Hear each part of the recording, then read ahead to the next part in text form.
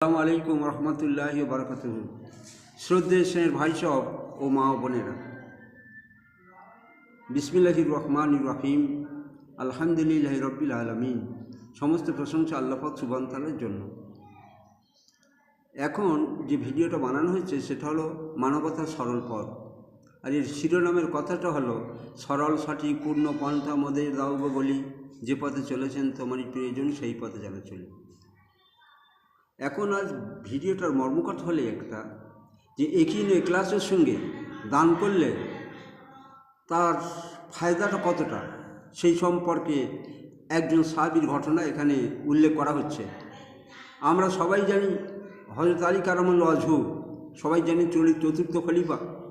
ওনার জীবনের একটা ঘটনা হলো এই, সে ঘটনাটা হলো যে উনি একসময় 6 দিরহাম মা ফাতিমা রাদিয়াল্লাহু আনহাকে দিয়েছিলেন আটা কেনার জন্য। কিন্তু এখন দেখা গেল সেই সময় একজন লোক এসে আবেদন করলো যে আমার খুব চাহিদা আছে। তো উনি হাসান হোসাইনের মধ্যে দুজনের মধ্যে একজনকে নির্দিষ্ট করে বলা হয়নি, একজনকে পাঠালেন, যাও তোমার মার কাছ থেকে 1 দিরহাম নিয়ে এসো। তো মা ফাতিমা বললেন যে তোমার আব্বাকে জানিয়ে দাও, তো আমার তো আটা কেনার জন্য রেখেছিল।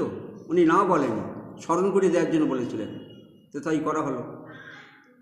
কিন্তু পরে আবার হযরত আলী কারামাল্লাহু ওয়াজহু বললেন যে তাহলে এক কাজ করো, ও সব নিয়ে এসো। মা ফাতিমা সব দিয়ে দিলেন। এমন সময় একজন মানুষ এসে একটা উট আনলো, এসে বলল, উট কিনবে কেউ? বলে হ্যাঁ। হযরত আলী জিজ্ঞেস করছেন দাম কত? বলছেন 140 দিরহাম। তো কিনে নিলেন। পরক্ষণে আরেকদিন যাচ্ছিলেন, বলছে আপনার উটটা বিক্রি করবে? বলে হ্যাঁ। বলে কত? বলে 200 দিরহাম। তাহলে 140 কিনলেন, বিক্রি হলো 200 দিরহাম, 60 দিরহাম লাভ হলো।